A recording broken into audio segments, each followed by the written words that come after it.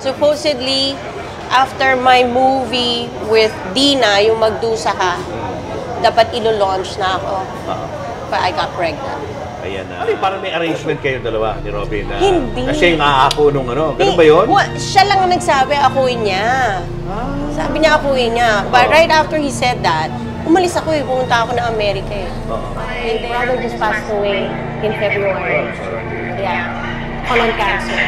Stage 4. So, same with...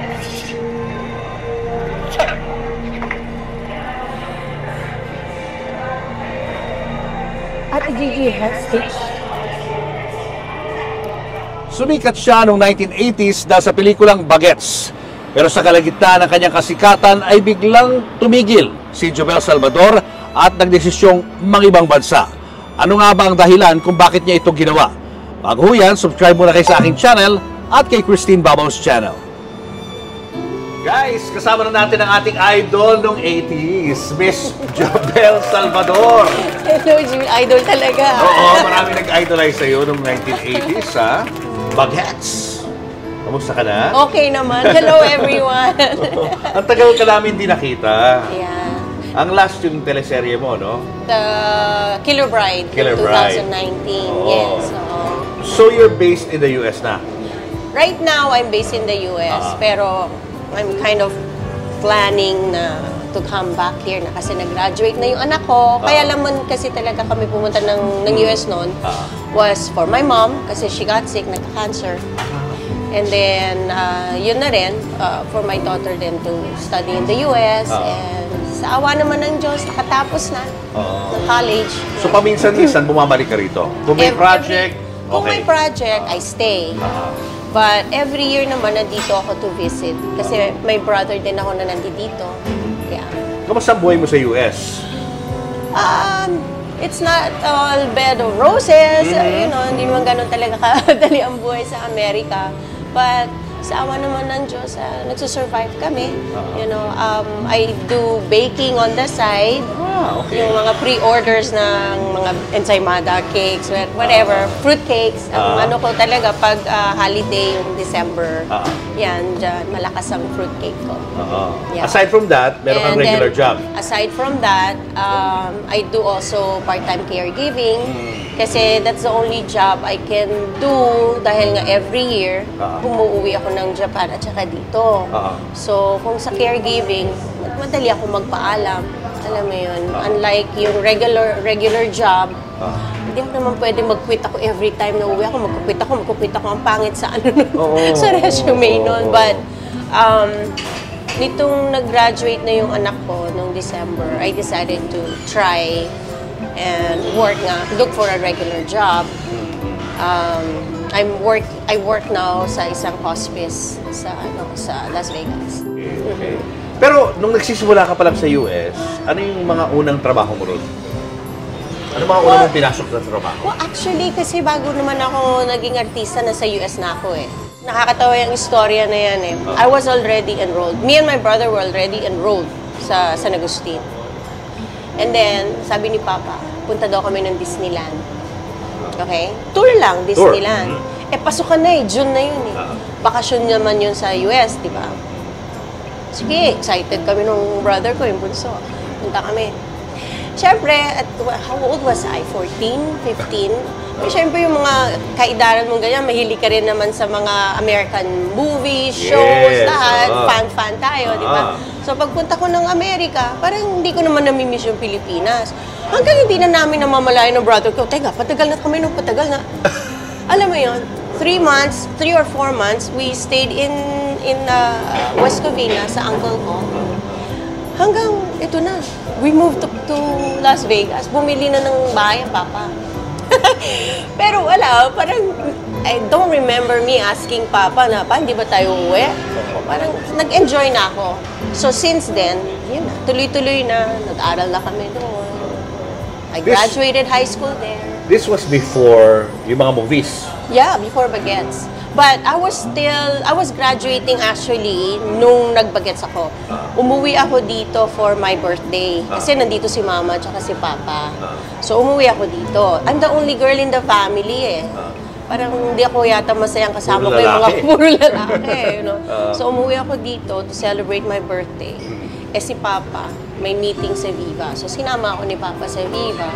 Hanggang, siyempre, Tita Mina was there. Hanggang, right then and there, sinabi ni Tita, oh, naghahanap kami ng ng leading lady dun sa isang namin, si Herbert na. Sinabi niya sa akin kung magkano. Ay, of course, Tita, sure. Ako naman, alam ko, nagbabakasyon lang naman kasi ako. Hanggang, ayun na, nagtuloy-tuloy na. And during that time din, nung bakasyon ko na yon, na lang ako only needed 3 credits to graduate. So, hindi na talaga ako pumapasok sa school. Correspondence course na lang ako. So, I was really able to do my homework, kumbaga, from here, inaano ko na lang siya, pinapadala ko na lang siya sa US. Yeah. And then I went home with Papa to graduate. Tapos, di umuwi na ngayon si Papa.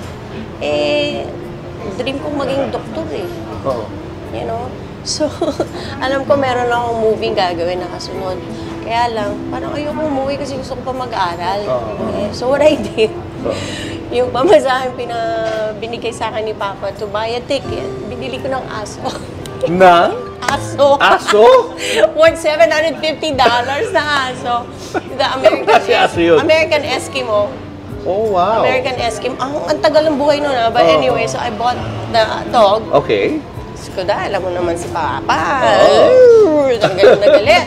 Hanggang wala, ayun din. Binili nila ako ng ticket pabalik. But I was already, nakapag-enroll ako Nakapag-enroll ako noon sa UNLV. Instead of me going to high school, ang ginagawa ko, correspondence course, but I go to UNLV. To study? To study. Natapos mo yun? Hindi, syempre, hindi. Hindi na. Nag-artista na ako dito Ayun Kaya na. yung frustration ko sa medical field, ganun-ganun. So all of this happened before Bagets? Before Bagets. Before Yes. Bagets. Oo. Pero itong pagpasok mo sa Bagets, wala kang prior experience sa acting? Meron. Anong ginawa mong When I film? was 3 years, nag-upisa ako talaga sa showbiz 3 years old. Ano mga movies That movie was with Gloria Sevilla. Anak niya ako dyan I think it's a Visayan movie. So that's first. And then, yung mga movies ni Snoopy. Kami palagi ang magkakasama dun sa... Parang ako yung niya best friend palagi. Kalaro niya dun sa mga shows niya, sa mga movies niya. I believe mga 7 or 8 years old yung Tatang Kasi or Tang Tarangtang. Ako yung anak ni Papa, tsaka ni Marita Sobel. Tapos yung yung Showbiz with the Salvador, lumalabas din ako doon. Kami naman sayaw-sayaw naman kami doon. Magkakapatid. Sasayaw kami doon. I came back for my birthday, December 1983. Ang Bagets, nag-shoot kami January. Ilang taong ka nung ginawa mo yung Bagets? I was 18. 18 na? Yun nga yung debut ko Umuwi ako for my debut. Ang naman ng debut ko, kasi kinover na ng Viva. Free coverage. Diyan kami sa Peninsula. Kaya ang saya-saya. Pero nung ginagawa niyo yung Bagets, meron ka bang parang pakiramdam na feeling mo yung magiging hit yung movie na yun? Sa totoo lang, wala. Wala talaga? Wala. Unang-una nga kasi, iniisip ko lang, nagbabakasyon lang ako dito Alam mo yun, but I really enjoyed the company, the shoot, tapos yung mga namin, yung mga out of town namin. Alam mo, parang naikot ko yata ang buong Pilipinas. To promote? Yeah. Ang kalab team mo ron, si Herbert. Si Herbert. Hindi naman kayo na-develop sa isa't isa noong time na yan? Slight. Wow! Slight, Slight ha? lang. Paano ka slight? Paano Slight na kwento lang. yan? Slight na lang. Kasi Puppy love, parang gano'n. And I'm older than him. I was older than him. Ano mga memorable na experience mo sa Bagets? Una yung samahan, at saka I'm always really excited to go shoot with them, or yun nga excited na pag magpo-promote kami sa out of town, laging masaya Alam mo yun? Hindi ko makakalimutan yun. Sa ngayon, lagi naman kaming may reunion din. Pag may time sila, nagre-reunion din kami. Saka syempre, habang nagpo-promote kayo, nararamdaman nyo yung paghanga, yung pag-appreciate ng mga fans sa inyo. Grabe. Ano mga hindi mo makalimutan doon? Magpo-promote kami sa sinihan na mismo. Grabe, ang tao. Talagang hindi ka na makakadaan. Yung dinudumog ka ng tao. Iba yun. Ngayon, hindi ko nakikita yan eh. Kasi may mga gwardiya talagang very strict na sila. Pero noon, grabe talaga. Saka ngayon, nasa social media na eh, di ba? Ang mga artista. Feel ko yung pagiging star. Alam mo yung gano'n? Feeling mo superstar ka ng mga Saka panahon na naalala yun. ko, lagi ka nasa Ibang mga, lahat klase. kayo, lagi na nasa magazines. Yeah. Cover ng notebook. Notebook. Yeah. Natago mo yun? Yung mga... When Papa passed away, lumipat ako at lahat, nawala. Kasi nasa isang bodega, and then yung bodega, tinapon, yung mga laman, hindi na chinik, nawala. So, Bagets opened the doors for you Oh, yes. sa stardom. Yes, oh, yes. Ano mga pagbabago nangyari sa buhay mo after Bagets? In Ah, terms of yung mga movies, ano ginagawa mo? Siyempre, Viva, lahat, di ba? Pati ba Pinting ng Puso, siyempre, that's with Sharon and Gabby. Alabok sa Ulap, Dina Bonnevie, that's the second movie Papa directed with me. Pati ba Pinting ng Puso was the first one with Papa. Grabe. Bakit? Bakit grabe? Grabe yung ano ko doon. Hindi, syempre kasi si Papa eh, di ba? Oo. Ang director ko. Mahigpit. Sobra. Namura ako doon. Grabe. Alam mo naman si Papa, kilala siyang gano'n eh. Mahilig magmura. Minumura niya kahit sino. Wala gosh, siyang... no? Wala, Old school, no? Oo, Oo. walang sikat-sikat dyan, superstar dyan. Bumurahin niya talaga. Pati si Sharon? Si Gabby? Si Sharon naman, mga professional na yan. Alam mo, parang... Pero, I don't think so. I don't think so namura niya si Sharon. Magaling si Sharon eh. You know? But, meron kasing mga pasaway. Alam mo na. Ako naman hindi sa naging pasaway ako kung bakit ako nakagalitan o nasigawan. Nahihirapan lang talaga akong mag-emote, kung mag-internalize. Kasi, yun nga, unang-una, papa ko yung nandyan. Nakakatakot eh. People, parang sinabi niya sa akin na the fact that I'm his daughter, people expect more from me. Dahil anak ako ni Leroy. So, lalo akong na-pressure. Grabe yung ano dun, ha? Diba? Ang pressure. Yung eksena ko, kailangan, catatonic ako nun eh. And then, nung hinarap ako sa salamin, yung parang bang bumabalik yung memory, bigla ka na lang magpaano ako noon. Magwa-wild, iiyak, sisigaw at lahat. Hindi ko magawa-gawa. Eh, nung ito na, nagmura na. Oh my God. O, edi syempre, no, iyak na ako. Yung pala. Take! Take Way na! din pala niya yun. Ganon. It's his way para motivate ako. So, okay naman. Ang, Oh, yeah. ang kinalabasan. Oh, ang acting yes. mo. Kasi ang daming, up till now, just recently, may nakapanood ng pati ba Pinting ng Puso. Yun, sabi niya, ang galing-galing mo doon, hindi ko makakalimutan yun. Palagi Panuorin ko nga yan, hindi ko Pati ba napanood yan Pinting eh. ng Puso. Yeah. May nagkaroon ka rin ng solo movie mo? Wala. Wala. Support ka lagi. Supposedly, after my movie with Dina, yung Magdusa Ka, dapat ilo-launch na ako. But I got pregnant. All I can say is I'm thankful to the Padilla family, especially Robin, for... Ano yung parang may arrangement kayo dalawa ni Robin na, Hindi. na siya yung aako nung ano? Ganun ba yun? Siya lang ang nagsabi, akuin niya. Sabi niya, akuin niya. But right after he said that, umalis ako eh, pumunta ako ng Amerika eh. And then, nagkataon, may shooting ng Papa, yung Jack and Jill with Sharon, Herbert, and Tonton sa San Francisco. So, I met up with them. Hanggang nalaman nga ng Papa. Parang tumakas ako nun eh. Hindi alam na yun na Papa. And then, yun. Nalaman ni Papa. Sabi naman ni Papa, umuwi ka na lang. Sa Baguio ka na lang. I didn't even go to Baguio kasi we have a house in Baguio. Doon lang ako sa bahay namin sa Parañaque all those time. Pero, yun nga, si Rob, hindi ko naman alam na suseryosohin niya. Alam mo yun. So publicly sinabi niya anak niya yan? Oo. You know. Paano ba kayo nagkakilala? Ewan ko, madilim kasi ng mga panahon na yun eh. Pero paano kayo nagkakilala ni Robin? Hindi ko alam, nakapikit ako nun, tsaka madilim. Refresh mo yung memory namin ng mga batang 80s. Paano kayo nagkakilala ni Robin? Carnap King. Magkasama kayo sa movie? Okay. Yeah. So na-develop kayo sa isa't isa ng time na yun? Oo, parang ganun. Kasi actually, break na kami nung ex ko. Kaya lang, in love ako nun doon eh. Tapos, syempre, nung nakita ko ulit, parang, siya kasi naman yung balik ng mga panahon na yun. So, akala ko baka mag-workout ulit. And then, pero, ang dami ko na namang naririnig after we started going out. Tapos, yun din, si Robin, masipag.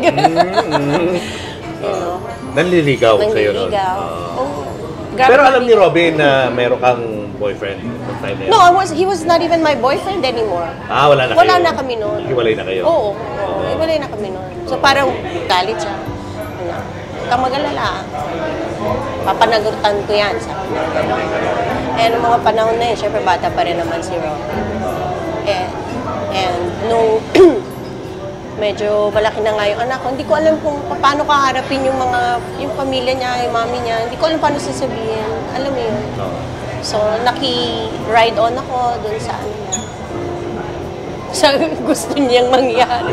Pero, I was really surprised nung nung binyagan, dumating yung mga kapatid niya. Ni Robin. Ni Robin. Oo. But, I'm still thankful. Grateful. Gaano katagal kayo ni Robin? Naging kayo? Like 2 years din yan. 2 years din. And then, hindi naman talaga dire-diretso yun kasi he was also busy. Kasi yun, umpisa nung peak nung career niya. Nag-umpisa siya actually. Nobody knew sa showbiz that I was pregnant at that time. And, yun nga, 3 months after I gave birth, may lumabas na lang sa tabloid na, I kept that. Ano I kept nakasulat sa that. tabloid? Yun nga, hindi daw siya yung father nung anak ko. Tapos, after that, inaako niya na. Gulo Oo, inaako niya na. Paano gusto niyang palabasin na nag-two-time ako. Kay Robin. Dung time na yun, talagang wala pa talagang sa amin ni Robin. When I found out I was pregnant. Oo. So, paano na-resolve ba yun? Wala. My son hanggang ngayon nasa Amerika. He came back here noong 2015, but he was already of age. Alam mo yun. And, nag-uusap pa sila ng tatay niya? Actually, yun nga. Ever since naman nagsasabi sa akin yung anak ko, kinokontak naman siya. Okay lang nga sa akin yun. Ako lang ang hindi niya kinakausap. So, okay ang relationship nila? I believe so. But my son is 34 years old now, so I don't know. At ganun siya, tatay na yung anak mo, di ba? At ano ka na? Lola ka na ngayon dahil may anak na. Yes. Very young Lola. Baka young pa naman siya. Oo naman Looking young, di ba? Hindi mo masasabing... Feeling young. Feeling and looking young. How does it feel to be a Lola? At first, hindi ko pa siya, hindi ko matanggap. Pinaprocess ko pa. Hindi ko pa ma-process kasi, unang-una, nakafocus kasi nga ako doon sa bunso ko. Yung makatapos mag-aral at lahat. Ano naman ang kwento nun? The father is Japanese. And, that's why we're here. That's why we're here. Itong history. Sige, tell us about that. We met in Japan. Ano pa ba yun? 1998. Nag-work ka sa Japan? Nag-work ako sa... dinala ako dyan ng Wins International, which was the distributor ng ABS-CBN before. Sila ang may hawak ng Wins International, ng ABS. Yeah. So, I was working for them. Ayun. Tapos, nakilala ko. Yun. And then, yun na. Nakabuo kami.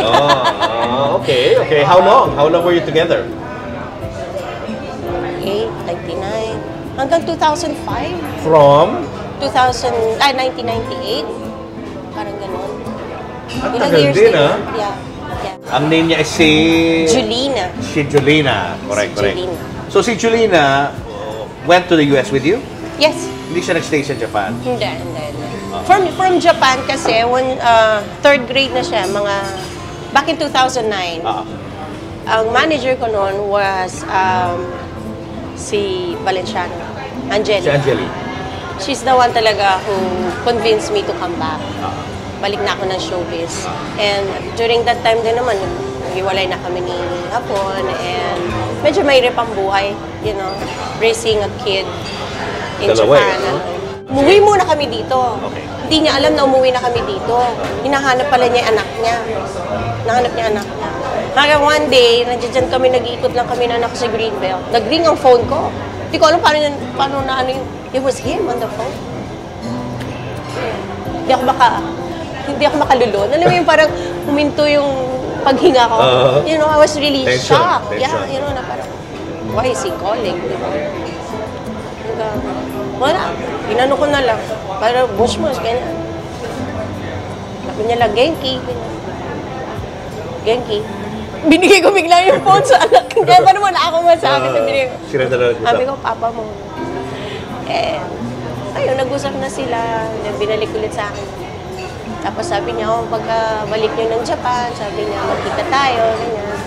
And then that was the start of the friendship. That's good, no? Mabait naman. Hindi niya kami pinabayaan.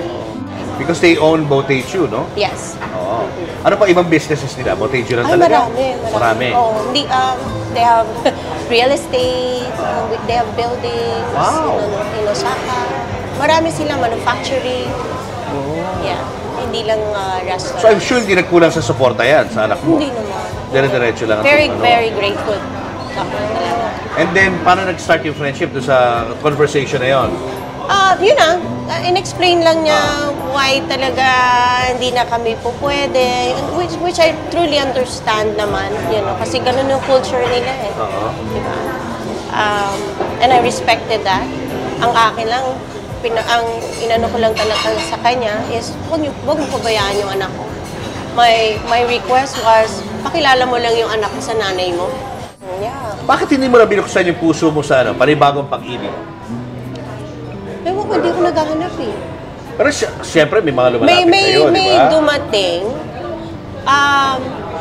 Pero, hindi tama eh. Mali. So, hindi ka rin nag-date sa US? Wala talaga akong Wala time. talaga? Tinatamad ako. Mga friends ko nga minsan magyayaya lang lumabas. Oo. Parang, Ganun? I'd rather drink at home. Oo. You know, ang dami kong bote ng wine dyan. Manonood na lang ako Korean, di ba? Antukin na lang ako. Pero siyempre Nag-enjoy sa na edad ako. natin, pareho tayo ng generation, di ba? Sometimes you think na parang ilang taon na lang tatagal natin sa mundong to, di ba? Alam mo yun, nandun na tayo sa stage na parang, nako, nasa kalagitnaan na tayo, di ba? Ewan, hindi sa, I'm not closing my doors, okay? Siguro lang kasi nga the fact na hindi ako lumalabas, you know, housework lang ako. Lumabas man ako, puro kasama ko, puro girls, kakain lang kami. Alam mo yun, yung mga friends ko pa doon, may mga asawa at pamilya na rin. So parang wala akong nakakasama na, to really go out and meet people. Alam mo yun. Kasi If it happens, it will happen. If it happens, it happens. You're not closing any doors. I'm not No, yun naman closing ang any importante doors. ron. No? Kasi di ba, life is short, sabi nga nila. Hindi lang nga ako talaga naghahanap. Alam mo yun, kung darating, okay, thank you Lord. May ilan na hindi pa rin alam na kapatid mo si Deborah Sun. Yes. Nalungkot nga ako nung nabalitaan ko na may sakit ka. Colon cancer. Colon cancer. Anong stage? Pero ano lang naman, binigay ni Lord, stage 2 lang naman, 2A. Stage 2. Buti na agapan. Agapan, thank you Lord. Pero alam mo, nung hililig ko talaga kay Lord, sabi ko sa akin, Lord, hinalaman ko stage, kumbaga, colon cancer, sabi ko, Lord, sana po siya, okay, kung hindi man benign, sana stage 1 or 2 lang. Binigay naman niya. Tapos sabi ko, Lord, sana kung stage, sabi ko sana, lang, huwag ako mag-chemo, oral chemo lang gamot. Binigay naman niya. Ang daming dahilan para maging thankful ka sa kanya. The fact na meron kang tirahan, Ay, wala kang binabayaran, is such a blessing. Ay, it's a big blessing. Sabi nga naman, Thank you, Aramina. Thank you, anak, super thank you. Magna 9 years na ako dito, just pero kakapalang pa rin mukha ko. They love ka noon. Pero kumbaga, sabi ko nga, kumbaga sabi nga mga kabayan ko, sabi, yun lang matibay ka sa pagsubok diyan, blessing na yun. Pero kumbaga, like namatay din yung apo ko, di ba na anak ko. Sabi, inano ko si Lord, sabi ko, Lord, Okay lang ba sabi ko, Lord, hindi wala po ako sinisi, hindi po kita sinisi. Gusto ko lang po magtanong. So there was a point na medyo nagkaroon ka ng parang sama ng loob. Maliit. Nagtanong ko sa... Siyempre mo naalis namatayan ka ng apo mo. Sabi ko, Lord, sabi ko, gusto ko lang po magtanong sa inyo. Sabi ko, ba't sobra naman yung pagsubok sunod-sunod? Sabi ko, pagod na po ako. Sana po tama na lalo sa mga anak ko na po. Sabi ko, pero mahal na mahal ko kayo, Lord. Dahil hindi, lahat ng nakukuha ko mga blessing is dahil sa tulong mo yan. Mahal na mahal, napakalaki, ang tiwala ko sa'yo, napakalaki, mahal na mahal kita. Sabi ko, lahat, maraming sa lahat ng blessing. Yun lang po, nagtatanong lang po ako, hindi po kita sinisi. Nagtatanong lang po ako. Which is, alam ko naman po, na kaya niyo binigay din po itong mga pagsubok na to. Kasi alam niyo, kaya ko. Kaya ko, Lord kaya ko. Kaya lang sa mga anak ko, sana wag na like namatay po. Sabi ko, yun lang po. Siyempre, nakakapagod din po, pero I love you, Lord. I love you, mahal na mahal kita. Sabi ko gano'n. Gusto ko lang po, tanong lang po yun sa akin. Ano sagot na nakuha? Pero umiyak ako noon, umiyak ako, gano'n. Pero sabi ko, tsaka lahat ng ina niya, binigay niya sa akin, yung kilometro ka niya, ganito, binibigay niya, gano'n. Yung sa akin, parang mailabas mo lang, mailabas ko lang. Tama. Di ba nung mamatay po ko, talagang nag-ano ako, Lord, sabi ko gano'n. Umiyak ako na. Kamusta si Jem? Paano niya tinanggap yung pagkawala ng anak niya? Iyak na iyak, kagaya niya, araw-araw, cemetery yun. Araw-araw, buti hindi pa nag-umpisa yung klase nila dahil nursing students yung graduating. Araw-araw nasa siya, cemetery siya. Hintayin niya 40 days, doon siya yun. Sabi ko lang na, sabi ko wag mo masamayin, sabi ko pag okay ka na, psychiatrist tayo, which is walang masama, di ba? Sabihin mo lang, sama loob mo, kahit sama loob mo sa akin. Sabi ko gano'n, sabihin mo, kakanak. Sabi ko gano'n. Sabi ko, hindi ka pa rin, siguro si Lord, meron pa rin kasi hindi ka pa rin, lang mag-ina, siguro meron pa rin siyang nakaano para sa'yo.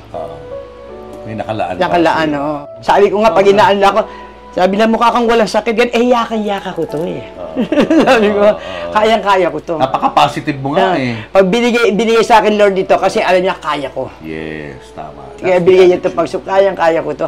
Diyos ko, pero ang dami ko pinagdala, pero kaya ko lang. Naalala mo, nag-uusap tayo takot na takot ka na sabihin ng doktor na stage 4 yung cancer mo.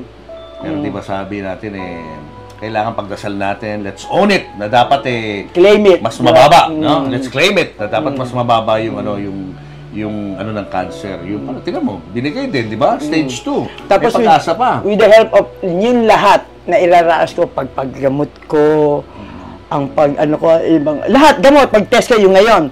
Nung na-hospital ako, siyempre, magpasalamat ako kila Senator, like sila, Senator Bong Revilla, bigay 350,000. 350,000, Bong Revilla, tapos si Senator Lito Lapid, Bongo. Si Bongo, si Bato, ultimo si Senator Bato. Ano bigay ni si Bato? Oo, tapos si Chi Escudero. Yung mga nagbigay yun. Di ba? Magatulong na kaya nakiraos ko ang operasyon ko. Laki din, magkano na, sumobra pa nga.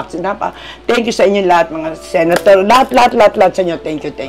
Anyway, ito may bigay ako sa'yo. Yes, I love it. Pinakilala sa amin to ni Father Jerry Orbos. Ezekiel Moreno. Saint siya. Ano siya, foreigner siya, pero dito siya nanirahan sa Pilipinas. At nung nagkaroon ng cancer si Father Jerry Orbos, humingi siya ng tulong kay Saint Ezekiel. Gumaling siya sa kanyang cancer. Kaya ever since, naging devotion niya na i-propagate yung pagkilala dito nga kay Saint Ezekiel Moreno. Kaya ito binibigay ko sa iyo. Baka sakaling sa tulong ni Saint Ezekiel ay gumaling ka sa iyong sakit. Gagaling ako lahat yan. Pagagalingin ako, dami niya, no? Nasa likod ko, lahat yan. Tapos nadagdagan pa. Yes. Pero syempre, may sir dyan, ating Panginoon, Lord Jesus Christ. Gagamutin ka niya, no? Yes, anak. Anyway, tita, anong naramdaman mo nung nalaman mo may cancer ka? Para mo i-describe yung pakiramdam? Siyempre, natakot talaga, anak. Kasi, naisip ko agad yung mga anak ko. Lalo si Jam. Nung malaman ko may cancer ko, sabi ko, paano yung mga anak ko, lalo si Jam, pag nawala ako? Di ba, alam mo naman sitwasyon ni Jam, di ba? Siguro paliwanag natin, ano bang kondisyon ni Jam? I mean, si Jam, kumaga sa ano, pero okay na kasi with the help of the gamot, siyempre gano'n, may siya kasi baka hindi naiintindihan ng mga viewers natin. Kasi dati sa kanila, nag-drugs siya na gano'n. Bakit hindi naghahanap buhay si Jam? May schizophrenia kasi siya. May mental health si Jam, kaya hindi siya Hello, oh yeah, Tita Debs. Hello, ito po anak ko si Jam Melendez. Actually, kapatid siya ni Aiko. Kapatid siya ni Aiko. Pangalawa kong anak yan, sabihin, only boy. Girl, boy, girl. Yun, ito anak ko si Jam na hindi nakapagtrabaho kasi may problema. May sakit, yun. Say hi, anak. Hi. Anong gusto mo sabihin sa mami mo? Thank you sa lahat ng caring. Pabay sa akin. Lahat siya nag-aalaga sa akin sa ospital. Lahat naman ng anak ko. Ilan taon na si Jam? 42. 42 na. Anak siya ni Jimmy Melendez. Yes, oo. Kaya magkapatid siya ni Aiko sa father's side. Malaking tulong yung ni Aiko. Si Aiko lahat masagot niya ano niya. Siya si Jello. Sino si Jello? Kapatid ni Aiko. Okay. Siya lang. Feel mo yung mawala ka, mga anak mo, paano sila tatayo? Paano si tatay? Which is, yung dalawa, ito ang pinakaano ko.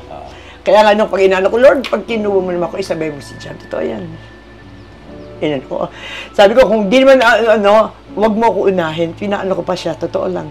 Kasi paano, sabi naman ng anak ko, sabi hindi mo na pababayaan, pero still, iba siguro pag ina, di ba? Kaya inano ko, Lord, pag kinuha mo ako, isabay mo si Jam.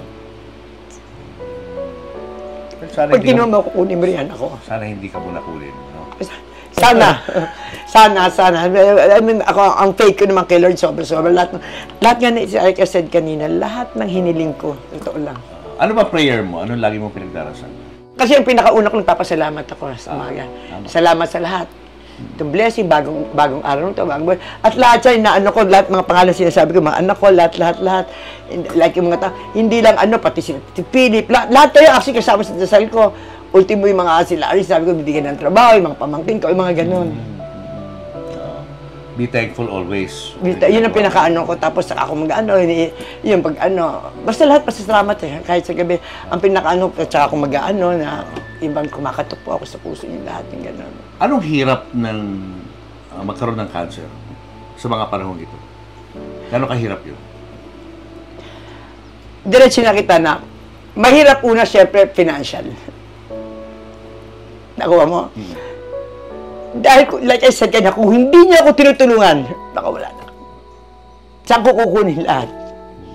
Ito yung mga test ko, like yung mga sa St. Luke's, magkano sa St. Luke's na yun, doon lang meron, 31,000, with my senior, 24,925. Imagine yung mga ganun na.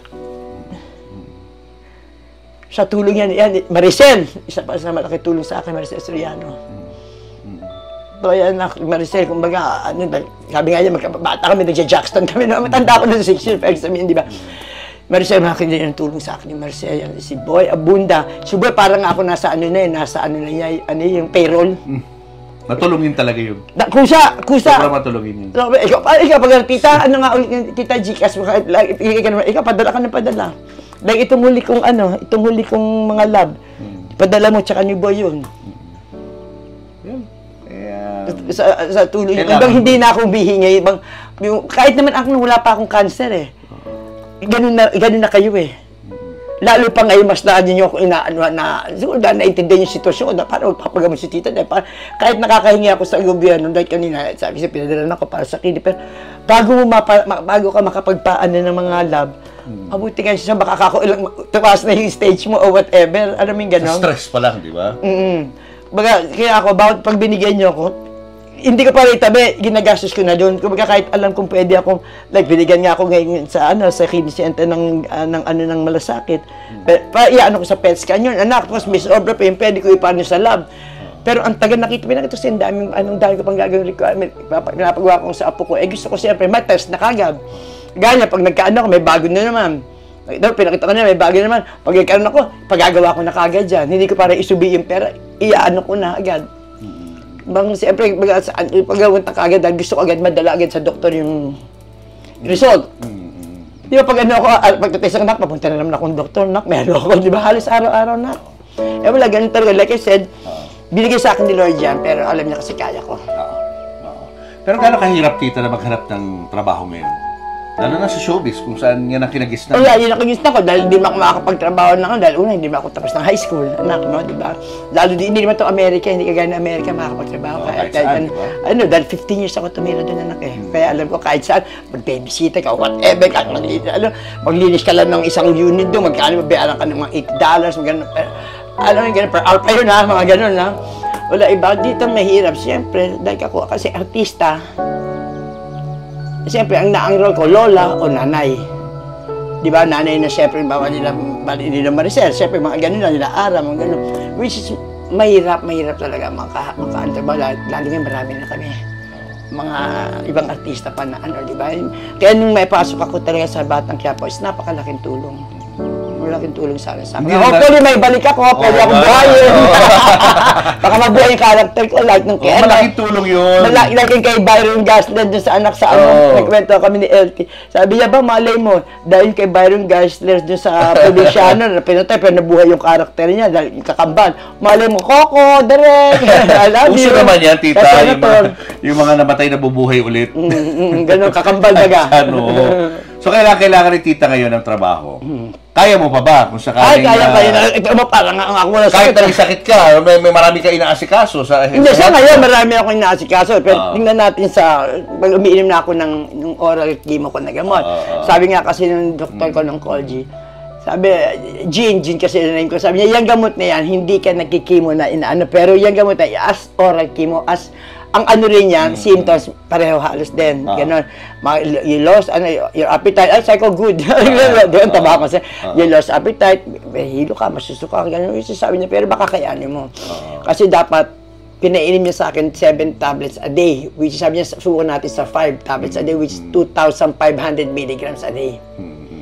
Yung gamot lang, pinakita ka kanina, tamo, hindi pa ako nag-start uminom. Ano yun, no? Binili ko na kagad, di magkapera, 8,000 plus. Dahil akala ko, iinom na, makita yung mga lab test ko, na makita, oops, may problema, hindi pa pinainom sa akin. Kailangan tapusin ko yung mga lab kasi may liver problem din ako. Hindi pa, kailangan ko ng clearance sa gastro ko. Ang dami. Mahirap magkasakit.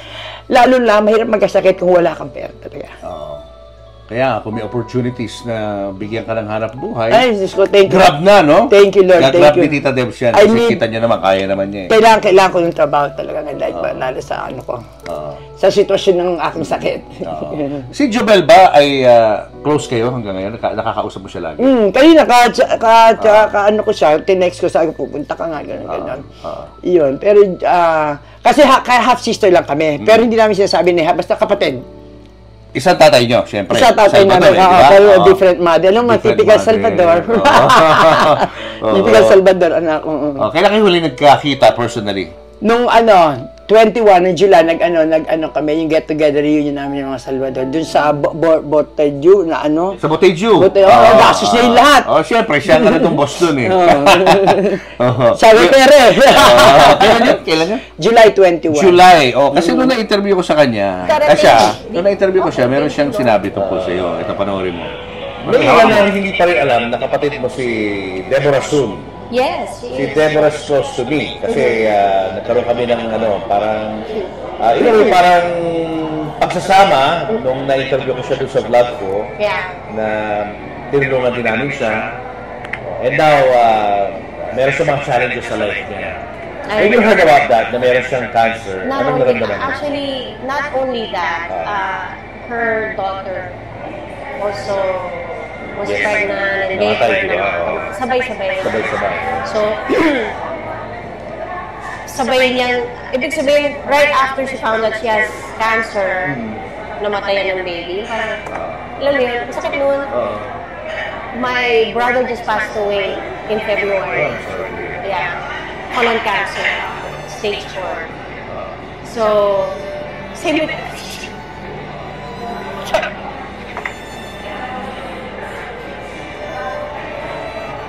At Gigi has stage. Pero, kasi stress talaga ang nakakadali, stress. And knowing Ate Gigi's situation, hindi mo maalis din yung stress. So, when I found out, talagang inano ko na lang ate, just be positive. Buti na lang na nalaman natin niya, maagapan niya. Sabi ko, puro positive ano lang ang binibigay ko sa kanya. But knowing that, na ito na naman, may kapatid na naman ako. Alam mo yun? Magkasunod. Sana, I should be okay. Heartbreak talaga rin. Sana rin, Sa kayo na may blessing din. calling din naman the support of my family. Diba? Huwag naman sanang deadmahin yung mga mag-anak na kailangan. Hindi sa lahat naman ng panahon, nasa itaas ako, or meron ako, I can only give and share as much as I can. Hanggat sa kaya ko lang. I also have my own family. I also have brothers who I'm helping also, not only financially, pero yun nga, inaalagaan ko din naman. Diba? Ang hirap na I took care of my mom, I took care of my brother, and then I have another brother who's really, really sick. You know? Tapos kamamatay lang ng isa, and then here again, you know, another sibling, may sakit na naman. Pero I'm really praying na she'll be okay. And anong message na gusto mong parating kay Jobel? Mahal kita siya. Yun lang, mahal kita. Siya, kumbaga, gusto niya kami magkakapatid. Kumbaga, pag ano, bibigyan. Ate, gano'n kagaya, may inaano siya sa akin business. Pag ano, ano kita, gano'n. Yung gusto niya maging maganda, maayos naman kami magkakapatid. Pero actually, bihira kami magkaano niya, bihira. Yan, pag uuwi, gano'n. Minsan, chat-chat lang. Tsaka meron kami, ano yung Team Salvador na group chat namin na mga magkakapatid, magpipinsa, magkakapatid. Gano'n lang. Pero bihirang-bihira kami talaga magkaano yan. Pero kumbaga, pag nag-ano kami yan, ganyan, di bang pag-uwi siya, dito siya, yung mga ganyan. She has her own battles, di ba? Face, no? Ikaw rin. Siya nag-ano sa mga kapatid niya, yung kapatid niyang buo. Lahat siya nag-ano doon. Oo, di ba? Hirap pinagdadaanan niya, no? Lahat siya talaga. Lahat, may isa pa kami kapatid, sabi niya, naka-ano sa ano. Pero kung basta naka-ano, dahil may ano na, nabulag na nga daw ito si Jonathan dahil sa diabetes niya. Tita, before we go, sino yung mga taong gusto mong pasalamatan? Nabanggit mo na yung mga senador, sino pang gusto mong pasalamatan? Siyempre si Aaron, hindi ko pwede talaga, hindi makalimutan. 9 years na anak, malapit na mag 9 years. Okay, ikaw anak, siyempre, ang laki tulong mo sa akin talaga. Nasa palamatan ko na yung mga senador, no? Si Boy Abunda, Tito Philip, mga tumutulong sa akin talaga. Like itong sakit ko. Sino ba ba? Ang dami ko. Si Aiko, at kapag ni Aiko si Jello, salamat dahil hindi na pinababayaan si Jam sa pagpapagamot, yung maintenance si Jam, lagi talaga inaano ni Aiko at ni Jello. Jello, thank you so much anak, talagang nandiyan ka lagi para kay Jam. Pag meron din akong dinabanggit, patawarin niyo ako kasi medyo sa tatlong pag-operasyon ko, ano mo na, yung ano medyo siguro yung ano mo, puro anesthesia, lately lang, bago pa lang. Okay, pero kaya ko magtrabaho, baka kaya yung memory. Ano yung Gcash mo? Yung Globe, siyempre Globe, no? 0915 484-6175. Yun, 0915-484-6175. Kanino pangalan? Sa akin, Jean Luis P. Salvador. Yeah. Thank you kung may papadala kayo. Thank you so much. Kung di naman po, thank you pa rin po naman. Prayer na rin, pwede rin po yun. Malaking bagay na rin po yun. So yung papasala ko, wala na akong Tito Philip, si Boy Abunda, si iba. Hindi ko na maisip yung iba. Totoo. Si Marisa Soriano, talaga, alam mo yung ganon. Yun, siyempre si Ara, sino ba? Jewish Babaw. Pero dahil mahal ka namin, tita, 30,000 para sa'yo. Ay! No, thank you! Thank you! Mapagpalabda naman ako, nak. Welcome, tita. Welcome. Doktor ko, nak. Salamat. Minsan, pag ano nga, sinasabi sa akin ng mga tao, yung kapatid mo na kay Aronina, minsan na ano ako, nagigilty ako, bakit hindi nga ako yung tumutulong to sa kapatid ko. Sa akin lang, alam lang ninyo yung sitwasyon din nung isang kapatid namin na tinutulungan ko. Actually, mas malala pa kaysa kay Ate Gigi. You know, but yun ano, medyo matigas din lang ang ulo, but baka maputulan na ng paa. Diabetes. Yeah. May ano siya, bakal. Nakausli na, nakalabas na. But he's so scared na magpa-surgery. Kaya parang ewan, kapatid ko yun, parang naghihintay na lang. Ikaw ba yan? How do you take care of your health? May parang nasa ano nyo, nasa genes nyo yung ano yung sa colon cancer, no? Colon and diabetes. Oo. Yeah. Si Papa lung cancer, my mom lung cancer. Kasi they used to smoke also. Hindi ka naman ganun, But they're both diabetic. Ikaw, nag-smoke ka rin dati. For a few months, yeah. Pero nagpapacheck up ka lagi. oh yeah. Make sure, no? Yeah, na yes. monitor mo yung Every year may check up ako. Actually, I get free check-up sa Japan. Umuwi kami sa Japan every year. So, yung nakagandahan naman sa Japan, yung health nila. Every year talaga yung age namin from 40 years old, libre lahat ng ng mga check-ups. One reason din na hindi nag-workout yung relationship ko doon sa naging ex ko was I was already taking care of my brother bago siya dumating sa buhay ko. And nung naging kami, parang gusto niya hiwalayan ko yung mga kapatid ko. Mahirap yun. No? Buhay ko yung mga kapatid ko eh. Pilipino ba to? Kaya nga, okay na wala na lang akong love life basta yung mga kapatid ko. I don't care if they don't love me as much as I love them. You know? But they're my brothers. You know? Pilipino ba to? Ito naging boyfriend? Sa Pilipinas kasi ganyan tayo, di ba? We take care of our family. Yeah. Makes you happy nowadays? Well, unang-una, nakapagtapos na yung bunso ko. Di ba? And ito, yung Boteju na successful sa Japan, successful na dito sa sa Philippines. Oh, suki kami nito. You know, successful siya sa Philippines. And third, syempre yung apo ko. And ang tagal kasi naming hindi magkakasamang tatlo. Kami nung mga anak ko at saka ako. Syempre, my son was living with a girlfriend before. At saka, nung nandun din kami sa Japan, nung nandito rin kami nung anak ko, nung bunso ko si Julina. So, ang tagal kong hindi nakasama yung si Miko, yung lalaki. But this time, kasama na kami. Yun ang masaya sa akin. Jobel, so nice to catch up with you. I'm happy na okay ang buhay mo sa Amerika. Yes, At masaya ka with your family. Although may mga challenges, no? Hindi naman nawawala yan sa hanggat nandyan ng Panginoon you'll always be guided. Because you've been guided in the past, I'm sure hindi ka niya pababayaan. I'm really thankful and grateful din sa mga taong hindi nagsasawa din na tumulong.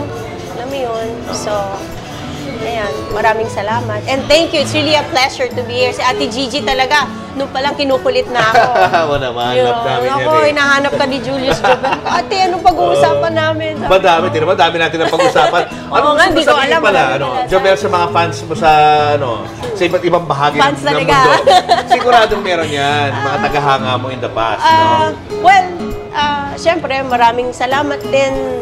Hindi ko kayo man napasalamatan nung mga panahon na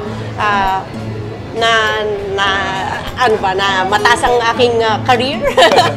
Active. Diba? Nung active ka. ako, you know. Again, I just want to thank you all sa suporta na binigay nyo sa amin ng mga bagets. At lalo na sa akin, maraming salamat. At actually, marami pa rin naman akong nakikilala na nagsasabi na fan ko nga daw sila, nung kabataan ko, ganyan. And ayan, maraming pong salamat.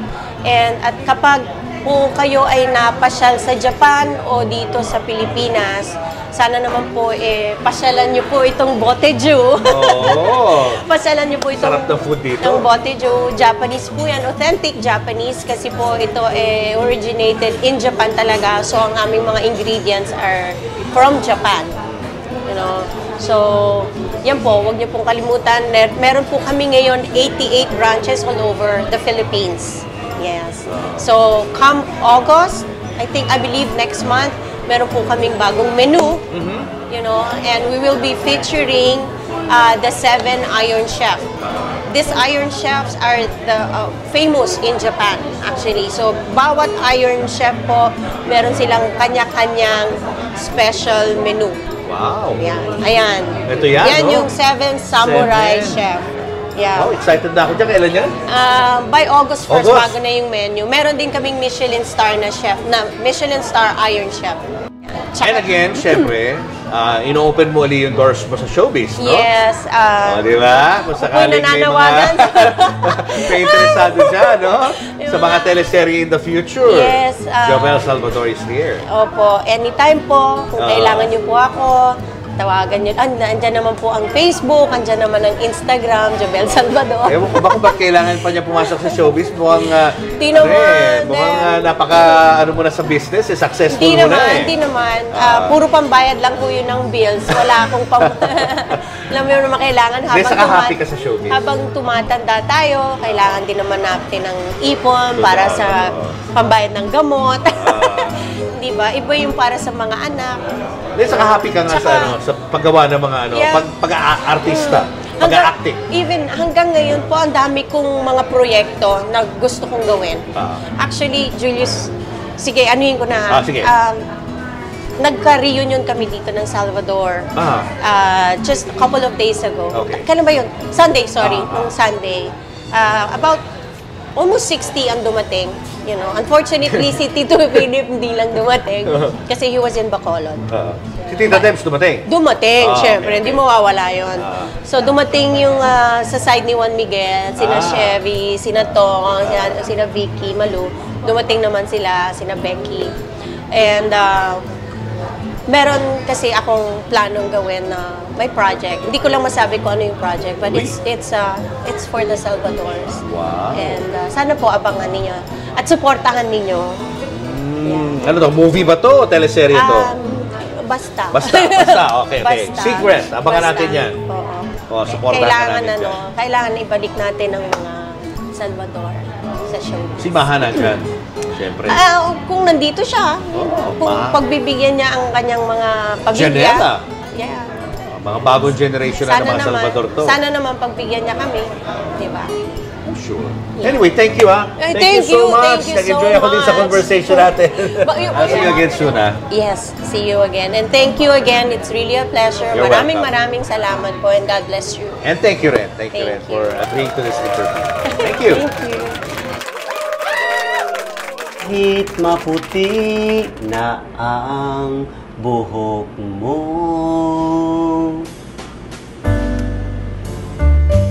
Nakakainis na ganito, alam nyo ba, na yung unang vlog ko na interview sa niya ay umabot na ng 491,000 views. Health is wealth. Kaya nga maging sigurista ho tayo pagdating sa ating kalusugan. Kung kinakailangan po ay mag-invest tayo para sa ating kalusugan. Itataya ho natin ang lahat. Basta maging safe lang ho tayo lagi, ano? Kami po ni Mamu ay panatag syempre sa aming Coco Life. Para maliwanagan pa ang ating mga kababayan at kayong mga Jultiners natin pagdating sa healthcare. Kasama natin today si Attorney Aloysius Yebra, Executive Vice President and Head of the Healthcare Division of Coco Life. Hello, Attorney! Ay, Magandang hapon, Attorney. Welcome to our show. Thank you very much po for having Coco Life. So anong dapat natin tandaan, Attorney, when it comes to health? Well, of course, it comes to health. First priority is prevention. Better than cure. So, Correct. kailangan pangalagaan yung katawan natin. Pero at the second point is, minsan kasi hindi mo po inaasahan. Yes. Pandemic, nagka-COVID. So, yung mga ibang mga diseases na bigla na lang po dumadating. So, very important rin na may partner ka when it comes to these kinds of things na unexpected. So, kami po at Coco Life, we are your partner when it comes to health. So, pag may hindi inaasahang sakit, panatag po yung loob nyo na if member po namin kayo, available po yung mga services ni Coco Life. Hindi po kayo gagastos kasi nagbayad na po kayo ng premium, pero may peace of mind po kayo when you go to the hospitals, clinics. Ano yung mga produkto ng Coco Life para magkaroon ng idea yung mga viewers natin kung paano sila magkakaroon nito para din sa kanilang kalusugan to, di ba? Yung Coco Life po, marami po, insurance po talaga siya. So, meron po tayong life insurance. Okay. Yung sa amin po is more of HMO, healthcare po. So, in essence po, magbabayad po ng premium, bibili po ng package, magkakaroon po kayo ng access sa more than 31,000 health care providers namin nationwide. So, yung operations po namin ay 24/7. So, anytime. Tulad po kahit gabi o kahit anong araw, pumunta sa hospital, kailangan magpa-check up, tatawag po sa amin, approve po namin, subject po dun sa policy ng mga aming mga membro, and makakapag-avail po sila ng benefits. In addition po doon, meron po kaming mga annual physical check-up, may mga wellness programs din po na in-offer si Coco Life para po ma-boost lalo yung pagiging healthy lifestyle ng ating mga kababayan po. We cater generally po for companies kasi ang primary product po namin ay insurance. Okay. Yung product po in-approve ng Insurance Commission sa amin is for group policies. Yeah. Okay. So we're right now po, we're trying to expand. Nandun po kami sa period of expansion. We're trying to offer also yung mga individual healthcare products para naman po makater namin kahit yung mga pamilya, yung, hindi lang po mga companies. So yun po yung pinag-aaralan po namin. So wala pa ho yun ngayon. In the process. In the process. In the process pa lang. Oo. Pero pag smaller corporation, small business lang, pero may mga 30 na employees, ganyan. Yes po. Pwede. Yun po yung mga kino-cover po namin. So yung small group, yeah. may insurance plus may healthcare po sila. So dun sa mga interesado, attorney, paano ba kayo kukontakin sa Coco Life? Paano sila mag-i-inquire? So basically po, meron po kaming Facebook account, Instagram account, at saka meron pa rin po kaming website. Just go to Coco Life. Type nyo lang po yung Coco Life sa social media and also Coco Life sa Google. Lalabas na po kagad yung website namin. May mga contact numbers po doon and you can call us anytime. Yan po sa screen. Thank you, Attorney Yebra. Sa ating Coco Life family, hello sa inyo dyan. Si Weng nandito, ano yan, Spartan Queen yan. Kaya kang buhatin yan, Papo. Oo nga eh. Para sa pamilyang Pilipino.